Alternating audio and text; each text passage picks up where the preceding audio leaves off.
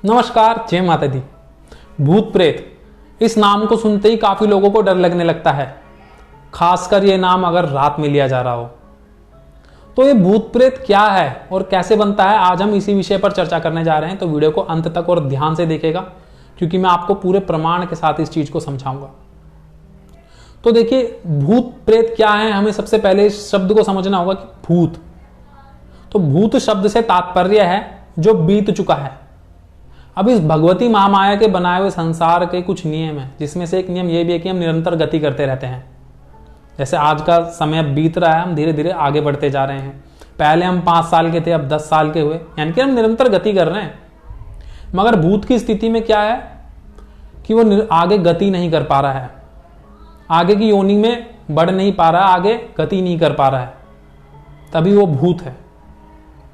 अब भूत बनते कैसे हैं, तो देखिए इसको प्रमाण के साथ हम समझेंगे।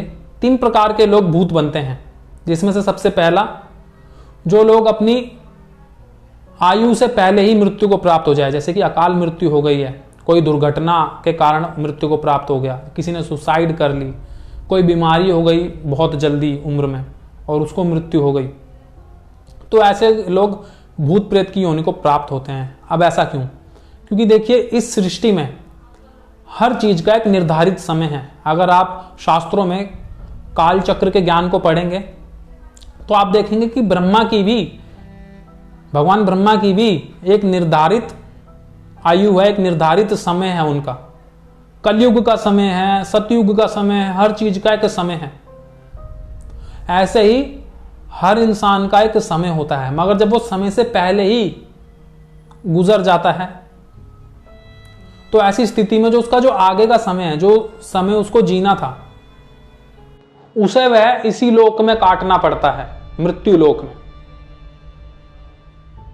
और इसका प्रमाण गरुड़ पुराण में मिलता है। गरुड़ पुराण में इस चीज को एक्सप्लेन किया गया है कि जो लोग दुर्घटना से अकाल मृत्यु को प्राप्त होते हैं, सुसाइड कर लेते हैं, या ऐसे किसी भी प्रकार से मृत्यु को प्राप्त होते हैं जिससे वो अपने निर्धारित समय से पहले ही मर चुके हैं, ऐसे लोग भूत प्रेत बनते हैं।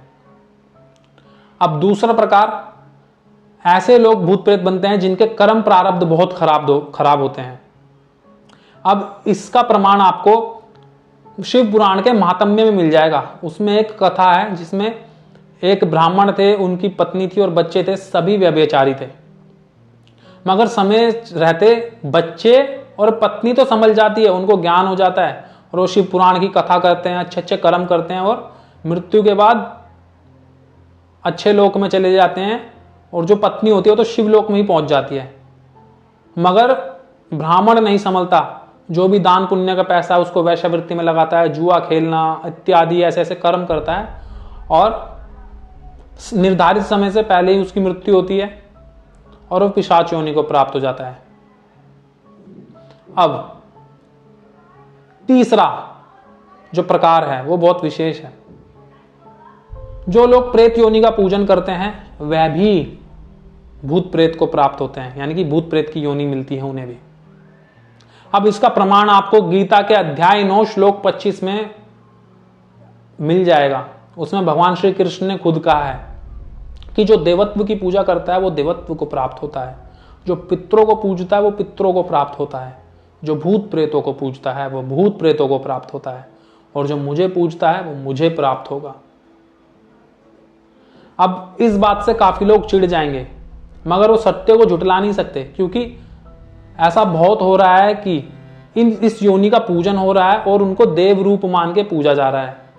मगर उनको देव रूप मान लेने से वो देव रूप नहीं हो जाएंगे, वह उसी योनि के रहेंगे, और जब आपकी मृत्यु होगी तो वो भी आपको अपने योनि में खींच लेंगे, अपने परिवार में सम्मिलित कर लेंगे। तो ये 3 प्रकार के लोग हैं जो मृत्यु के बाद भूत प्रेत की योनि को प्राप्त होते हैं। अब मैं आगे वाली वीडियो में बताऊंगा कि भूत प्रेत लोगों को परेशान क्यों करते हैं, ऐसा क्या है कि ये लोगों को परेशान करते हैं और किन लोगों को परेशान करते हैं, इस बारे में भी हम चर्चा करेंगे। ये सभी को परेशान ना करके कुछ ही लोगों को क्यों दिखते हैं या कुछ ही लोगों को क्यों परेशान करते हैं। अगर आपको ये वीडियो पसंद आई हो तो इसे ज़्यादा से ज़्यादा शेयर करें और चैनल को सब्सक्राइब करें।